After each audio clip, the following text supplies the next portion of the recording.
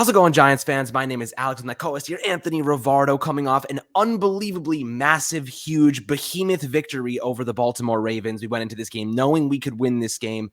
I mean, come on. For a team that was completely obliterated due to injury across the board, coming into this game, fighting until the last freaking second, some big-time plays. You know who came up big at the final moment? Kayvon Thibodeau. All the doubters, anyone that was talking shit about him, shut your mouth, because Kayvon Thibodeau came out in a huge freaking moment, got that strip sack, and bam, Giants turn the ball over. Saquon Barkley spins out of it in the final second, sits down, wastes out the clock, and the Giants emerge 24-20 with a huge fifth win of the season. We're 5-1. Obviously, one of the best teams in football right now. Coaching freaking matters, my friends. Coaching matters. Adjustments matter. The Giants offense didn't have the biggest, best, greatest game in the world, but they came up when it mattered most. The defense, Wink Martindale, did tremendous against Lamar Jackson.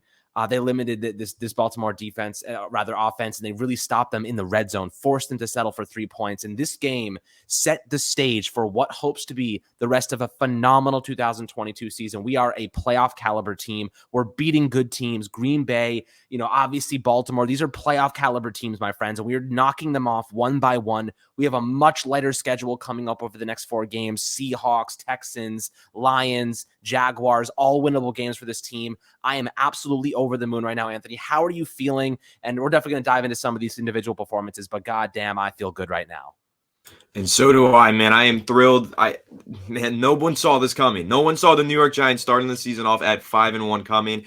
Brian Daboll, coach of the year. He looks like the coach of the year, and I don't see that changing. This is unbelievable the way that he has stepped in here and just revitalized the New York Giants. The Giants are playing Giants football again, winning football. Kayvon Thibodeau with the huge sack at the end of the game to win it. I mean, what a way to get your first career sack. A game winner against the Baltimore Ravens, a strip sack to seal it. That was incredible. Daniel Jones played a good game. We talked all week about keeping the turnover battle in check, winning the turnover battle, keeping the football clean. The New York Giants are continuing to do that, continuing to play winning football. Saquon Barkley still doing his thing. Wink Martindale really doing his thing. Wink Martindale might be the MVP of the team right now. This guy is crazy. This guy is in his bag in every single game, keeping every single offense in check. It's unbelievable the way that the New York Giants are playing right now. New York football is back. It is so fun, so exciting, so refreshing after the past 6 years of what we've had to endure as New York Giants fans. But here we are. We're back. The Giants are playing winning football. They look like one of the best teams in the NFL. Going into the season, no one saw that coming, but it's here. I can't believe it, and I'm just so thrilled and so happy to see the Giants winning again. I mean, not even just winning, man. We're overcoming obstacles. People said we were the worst 4-1 team. Fuck off. We're now the worst 5-1 team, and I'll continue to ride with that because ultimately we're winning games. Great coaching, discipline, execution. Daniel Bellinger, 3rd touchdown of his career in his rookie season. He's making an impact, and not only as a run blocker, but as a receiver as well. This team is coming up to play when it matters most. Kayvon Thibodeau was freaking everywhere today. He made huge plays. Kenyon Drake, 10 carries for 119 yards. Doesn't matter. Giants come up when it matters most. Yes, you can get beat in the middle of the game. Yes, you can give up some big chunk plays, but it doesn't matter if you come up when it matters most. And the Giants did that, forced a huge interception off Lamar Jackson on that botched snap, goes behind him. He throws the ball. Julian Love, most underrated player on that defense, comes up big. Wan'Dale Robinson, I've been a huge advocate for him, and Anthony knows this. You guys know this if you've listened. And Wan'Dale Robinson came up big today. Huge touchdown, 3 receptions, 37 yards and a score. Bellinger, 5 receptions, 38 yards and a score. Marcus Johnson had a couple of big moments. But this team, man, just resilient. I don't even know how they scored 24 points. They barely had over 250 yards of total offense, but hell, I'll take it. Great field position curated by the defense on those turnovers and gave the Giants an opportunity to win. On the defensive side, Xavier McKinney had 9 tackles. Dane Belton had a pass defended. Julian Love had 2 passes defended and 5 tackles. Thibodeau had his first sack and then the fumble. Jihad Ward had 2 tackles for a loss. Dexter Lawrence, another elite all-pro Aaron Donald looking ass game for him. Dexter Lawrence has looked like one of the best players in the league. He had 2 quarterback hits, a pass defended, a tackle for a loss, a sack, and a tackle. What more could you ask from some of these guys? They're getting the most out of these individual players, whether it be someone we've never heard before or someone that, has been on the team and hasn't been able to get the most value out of them since being drafted. Julian Love, Dexter Lawrence, all these guys, O'Shane Ximines, they've gotten so much value out of some players, and ultimately, I am here for it, Anthony. What is your perspective on guys like Kayvon Thibodeau, Dexter Lawrence, who really came out and made some big moments when it mattered most? I mean, the defense is just stepping up to play at all times. Not only Kayvon Thibodeau, not only Dexter Lawrence, but Julian Love with a clutch interception. The first interception of the New York Giants season from the defensive standpoint this year. Julian Love, he gets that pick. He takes it all the way into the red zone, puts the Giants in scoring position to take the late lead and win the football game. So not only the guys that you just mentioned with Julian Love, Xavier McKinney with a few clutch breakups of some passes down the stretch. I mean, the team is just coming to play, man. The defense is playing. Wink Martindale is calling all the right plays. He is getting the most out of every single player on this team. Sure, the linebackers struggled in run defense, and we saw Kenyon Drake run for way more yardage than he ever should have, and we saw Lamar Jackson get busy with his legs as well. The Giants defense did struggle at times, but it was very much a bend, don't break mentality. It was basically make Justin Tucker beat you, and Justin Tucker usually does that, but as soon as Justin Tucker misses one field goal, that's how you know that the Giants were in that game. As soon as he missed that kick, that huge doink. First of all, I've never heard a doink quite like that. I don't know if anyone else feels that way. That was the loudest doink It sounded of like a all gunshot. time.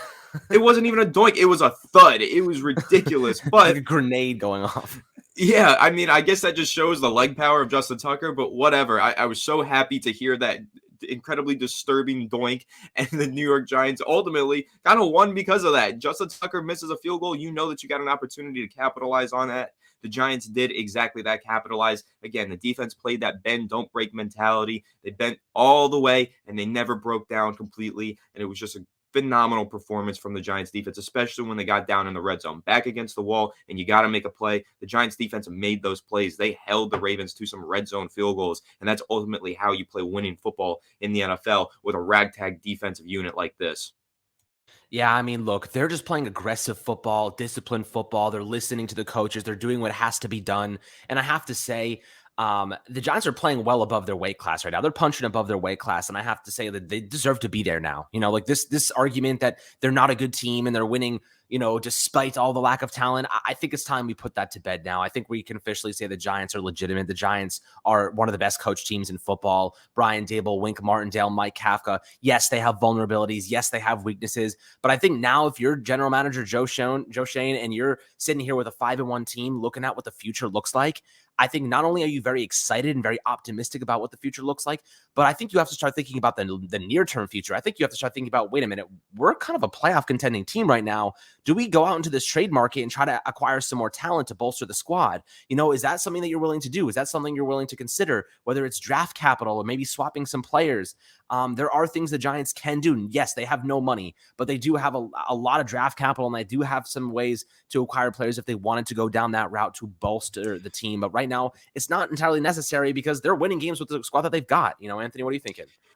They are winning games with the squad that they got, and that's why I'm going to actually throw out kind of something completely different. They should be selling some players that they're not using, i.e. Kenny Galladay, Kadarius Toney, these guys who aren't getting on the field. I read a rumor that Kadarius Toney is on the trade block. Who knows? We've heard that many times before, and it hasn't proven to be true. But the Giants might actually want to say, hey, our team is playing so well that we're about to play our way out of a solid draft pick. So we're going to lose some of our value in draft capital. Let's keep winning games, see how far we can go, but let's trade some of these players that we're not using so that we can make up the difference in draft capital by trading away some of these players for next year's draft. Because again, the Giants are going to they're not going to have the best draft pick now because they're winning all these games, which is a good thing. We're very excited about that, and we're definitely not complaining and advocating for losing, advocating for winning as always. But because the Giants are winning so many games, they are moving their way out of a good draft pick, and that's where you might want to say, okay, we are winning these games without Kadarius Toney. We're winning these games without Kenny Galladay.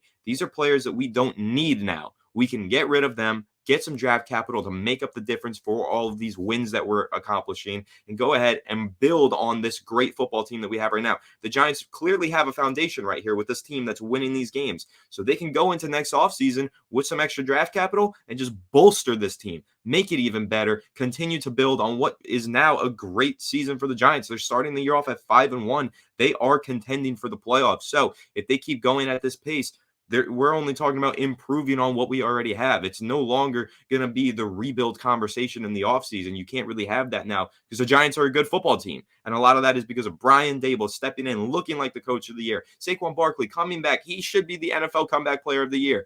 Absolutely. And Dexter Lawrence, his name needs to be in the conversation for Defensive Player of the Year. He's dominating right now. He's getting a sack almost every single week. His stat sheet is completely stuffed. And of course, if Kayvon Thibodeau continues to build on this performance and play better and better as he has been, you're talking about maybe the Defensive Rookie of the Year. And Wink Martindale, how is he not the Assistant Coach of the Year right now? The Giants coaching staff, I mean, we're just having some standout performances like no other from the coaching staff, from the players. This is such an exciting time for the New York Giants. You can maybe even make the argument that Joe Schoen is general manager of the year. Like right now, the 6-week point in the season, the Giants are winning a lot of awards if the season ended today. A lot of accolades coming their way because that is how high of a level they are playing at right now. This is really exciting. I know this is a very biased opinion. I'm going crazy right now, but I'm just over the moon to see the New York Giants to be 5-1 for the first time in God knows how long. I mean, look, man, it's fun to be a freaking Giants fan again. It's been years of pain. If you've been watching this channel for the last couple of years, Anthony and I have gone through pain every single day talking about this team. We have been waiting for this moment for such a long time where we, the first couple of weeks were 4-1, you're kind of feeling like you're unsure. We're not really entirely bought in because we're just waiting for it to kind of crumble down again. But it's not happening. This team continues to win. They're getting healthier. Wandale back, Leonard Williams back. They all emerged healthy. Andrew Thomas had a little bit of a nick of a knack on his ankle, but he came back and played strong. I'm very impressed, man. I have to say, I'm bought back in. I'm here. I'm excited. I'm really excited to keep watching this team the rest of the way. And in Tibosaurus Rex, man, not only did Thibodeau come up in a big moment, but guys, if you know of Tibosaurus Rex, this team is 5-1 since we've named him Good Luck Charm. 5-1. I think that we got to keep that thing safe. We got to put that thing in a steel cage or something, because or let him free, man. I don't know what to do, but goodness gracious, I could not be happy right now. I know all of you guys are celebrating like crazy. We definitely want to dive into the individual performances, especially Kayvon Thibodeau. We'll take a look at all of his film, all of his reps this week, because I think it's deserving. I mean, he just had a hell of a game. He was absolutely stellar. And credit to Daniel Jones too, because while the stats don't say he was elite by any means or had a great game, he was resilient. He made some big time throws. Throw to Wandale in the end zone. Throw to Daniel Bellinger in the red zone. He was efficient with the football, got rid of it when he needed to. At that one fumble, that really wasn't his fault. I'm not kind of blaming that on him at all. Before the half, he was efficient. I was happy with his performance. The Giants are winning because they're executing well. They're staying in games, and they're resilient, man. They're a fourth quarter team. The Giants are officially a fourth quarter team. In past years, they would fall apart. They would, just shut down at the biggest moments. But we're seeing this team rise to the occasion now. Fourth quarter comes around. We're down 2 scores. We mounted a monster comeback. Massive turnovers. This team has the capabilities to go on and win a couple more big-time games against big-time opponents the rest of the season.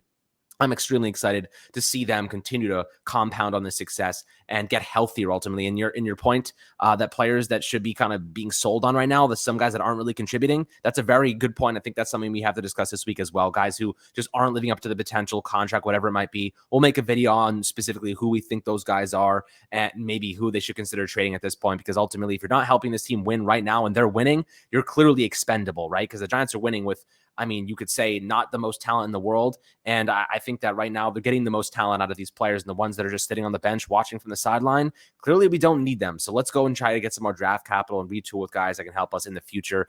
Joe Schoen and Brian Dable draft picks for that matter, not guys that are kind of coming from past regimens. So I'm excited to see what they can do moving forward here, guys. I know you guys are excited. Go enjoy this win. Enjoy the rest of your Sunday. Let's go freaking Yankees tonight, by the way. Hope you guys enjoyed the episode of Fireside Giants after the big win, week 6, Baltimore Ravens next week. We got the Jags, so really excited. We'll start diving into that later in the week as well. But make sure to like, subscribe as always, and we'll catch you guys on the next episode.